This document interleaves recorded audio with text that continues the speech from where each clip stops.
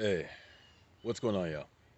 I'm back again in some beautiful nature, enjoying this good scenery. But the world we live in, the society around us, that ain't so good. That ain't very good at all, in fact. Rather, it's corrupt.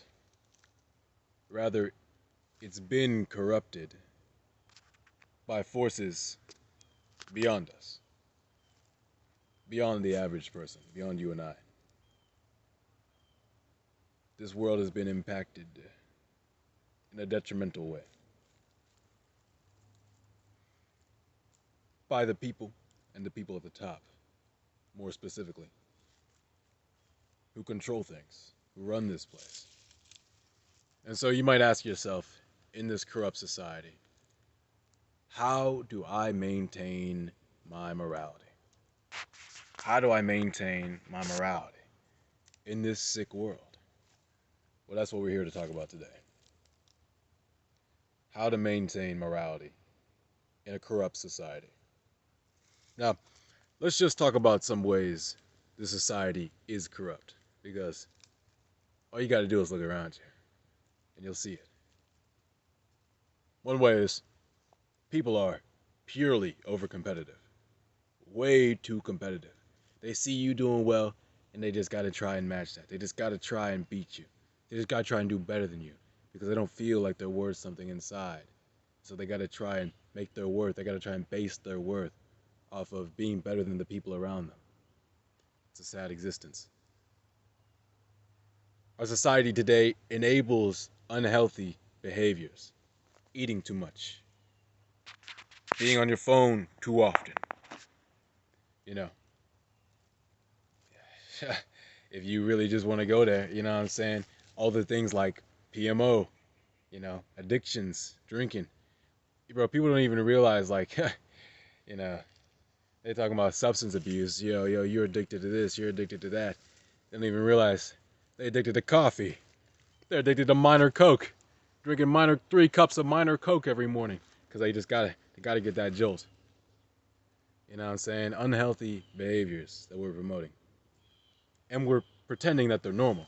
In our media and everything, we're acting like these unhealthy behaviors are the standard, or they should be the norm. It's a silliness. You know, it's a silliness that we let our phones watch us all the time. Like you might see me across this video moving something away from the camera. That's a little piece of tape that I use to cover my camera, bruh. And you should too. Because your phone is stealing your light, watching you every second of your day, learning more and more about you. Oh, you had a reaction to that YouTube video? Recommend him that YouTube video like that again. Oh, he looked at that post kind of crazy. He was interested in that. Recommend him some more posts just like that. That's how they watch you, bro. That's how they use and gather data on you. There are people out there who do this very same thing. But just know that the AI that has been assigned to your life is doing that with you at this very moment. It's doing that with me at this very moment. And we'll do that once I finish this video and post it on YouTube. It's what it does. Something else that our society suffers from. 2 last things. A lack of empathy.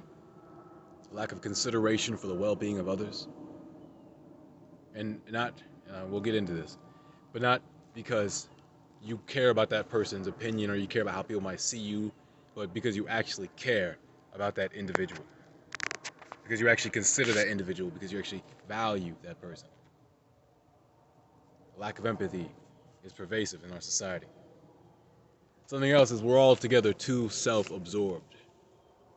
Again, it kind of goes to no consideration. Just thinking about ourselves, not considering the people around us. Not considering, the mind state, the things that they have to go through, and whether, how we should move according to someone else's disposition. Something that doesn't cross people's minds altogether that often. So, the world is unjust. I've kind of laid this out. The society as it is pretty corrupt. How do we maintain our justice, our righteousness in this corrupt society? Well, I think to do this, we really got to understand morality as a subject. So, I want to cover Kohlberg's theory of moral development. All right. Now, I'm going to start this off by saying most people are at level 5. Now, we're going to get into what each level is, what each level means, but most people are at level 5 or lower, or lower. Most people are, in fact, not even there. Most people are, in fact, level 5 or lower. Most people have not reached level 6. We'll get into that as well. Now, level 1.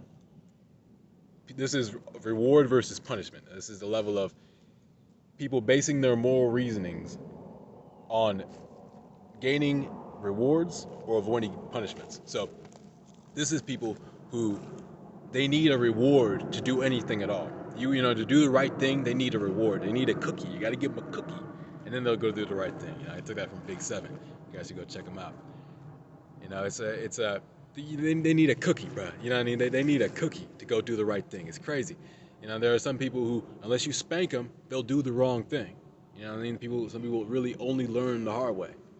It's sad, but that's just how it is. Some people, that's the only way that the message gets to them. Level 1. Level 2, you got self-interest. This is moral reasoning based on providing for oneself.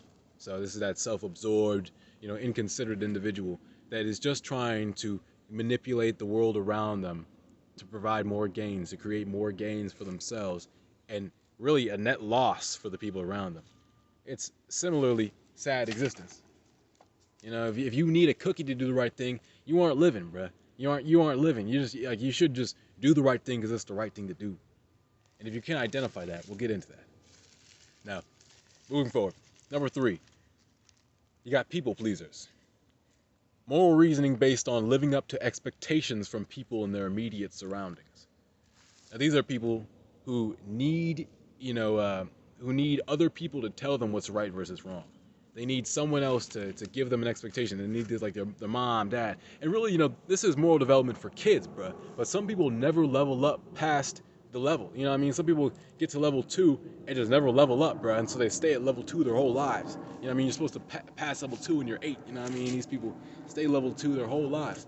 Anyway, now you got level 3 where people do the right thing, but because it's what's expected of them. You know what I mean? Because it's what someone else around them told them to do. And it's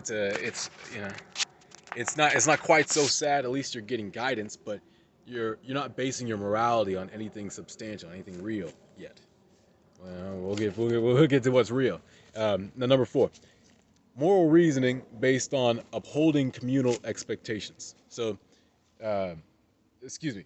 Yeah, this is communal expectation. So it's like whenever you're in a relationship with someone, and it's like you bring up something that you do that might be a little hairy in the legality realm. You know what I mean? Like maybe you took some Mary Jane, and that's how it goes, and you're in a legal place. Well, they're like, whoa, no, never. That's against the law. That's against the law. Dare. Never do drugs, not even once. This kind of person who they have to base their whole moral reasoning on what's right versus wrong, on what the community says. They're not thinking for themselves, and they're not really judging just based off what mommy or daddy says, but they're doing it off of what the law says. Well, it's the wrong thing to do because law and justice, law and order, and that's the highest realm for them. That's the highest realm of ability. And if you do something against the law, well, then that's just wrong. When people don't realize that the law and morality aren't the same thing. They're not interchangeable, and that's why the law can be changed over time. When we realize that this law is no longer, a moral law. This law no longer has any moral application to our society. So laws and morality are not interchangeable, and people who are at this level are similarly misguided to every single level before this. And now we get to 5. This is the level that I think most people are at. If you emerge, as a fully fledged adult after going through college and doing all this stuff, you should be at level 5. And it's a level that is above the law. Okay, so it's a social contract level. Your moral reasoning is above the law, but it's still bound by social expectations. So think of like your anti-hero. You got someone who does the right thing, but they're willing to, and they do the right thing because that's what's expected of them by the community, and it's just the right thing to do. They have these principles, and then maybe they're starting to build their own moral principles, but they're still contractually bound to their society, and so they might do something above the law. This anti-hero might break the law to do the right thing, but at the same time, this hero isn't acting on his own, interest. He's doing it because he wants to help. He's doing it for others. He's bound by his social contract, even if he's above the law. Okay. Now, finally, we're at level 6. Level 6 is the universal principle level. Now, this is moral reasoning based on your inner consciousness, your own built up, developed moral principles, and a respect, a general, universal respect for the sacredness of life. Now, this is very important, very important. This is where consideration should be a natural thing. This is a level where is why consideration should be a natural thing. This is the level where you reason right and wrong yourself. You're not reliant on someone else to tell you right versus wrong. You're not reliant on the law to tell you right versus wrong. You go to your inner conscious and what you know in your heart to be right versus wrong. You go to what the universe says. You go to those universal principles, those principles of valuing everything. Every life is sacred, and it's like I'm only going to go against someone who goes against me, and all these different things. Like, and even then, it's like just gonna try to spread positive energy, and like that's universal principles. When you're not trying to create any negativity, you're trying to respect all life. That's universal principles, and it's being at this level 6 that enables you to truly stay moral in a corrupt society. Now, we're not finished. We're not finished. Of course, that's really what you're here for. How we going? But we still got a little more. All right, now you want to ascend to level 6. All right, now what does this level 6 actually look like in practice? All right, this looks like doing what's best for everyone. Okay, doing what's best for every single person that you can. You know what I mean? Like if that means that you got to sacrifice this, or that means that you got to cut out that, it means that you got to do that because you're doing what's best for everyone, not just you. You know what I mean? Like if you got kids, that means that you're gonna go the extra mile to make sure that you're cleaning and cooking and working and doing this and doing that for those kids, because you're considering those kids over yourself, because you respect and you value those kids. You're doing what's best for those kids over yourself. I mean, it's important to know when to sacrifice things for the universal principle of respecting all life. Now this also looks like considering the impact that your actions have on the welfare and just the well-being of others. So if your actions happen to, if you consider someone else's well-being, and you consider your actions, and you realize that your actions will have a detrimental impact on their life, a detrimental impact on their well-being, on whatever they're doing, you should consider not doing that. You should consider finding a better way to accomplish whatever you're trying to accomplish. Like if your actions damage and discount someone else's life, then that's you're acting on a level of self-interest, and that is equally corrupt to the way that most people in this society just act. I mean, I wouldn't say that you're purely evil, but at the same time, there's room for evil actions to occur. There's room for evil to happen because you're only acting for yourself, and that could detriment someone else. Now, something to finish with. 2 things. Do the right thing above all else. You don't know what that is? Go into your heart. Ask yourself. Because there is a life force within us. There is a life force within us that commands, guides, and guards us. And so if you go to that force, that universal force within you that makes you a being at all, that puts you, you don't have to believe in God, but you are alive right now. You're ticking, bruh. You know what I'm saying? If you're not going in and accessing that universal knowledge within you, that thing that's ticking, that thing that makes you here, then you're wasting something, bruh. You're wasting your time. You're wasting knowledge. That you're it's like having a pile of gold, trapped within your attic, and you're just like, yeah, whatever. I mean, it's just a pile of gold. It's just a pile of gold or something. It just makes the house more worthwhile. I don't know. Why would I go up there and grab that gold? It's just a worthwhile house. You know what I'm saying? Go up there and get that gold, bruh. The right thing, Like, that gold is the right thing. That gold is the knowledge of good and evil. And we have that within us. And we know right versus wrong. So, if you're even questioning, I think that's someone that said that when I was a kid.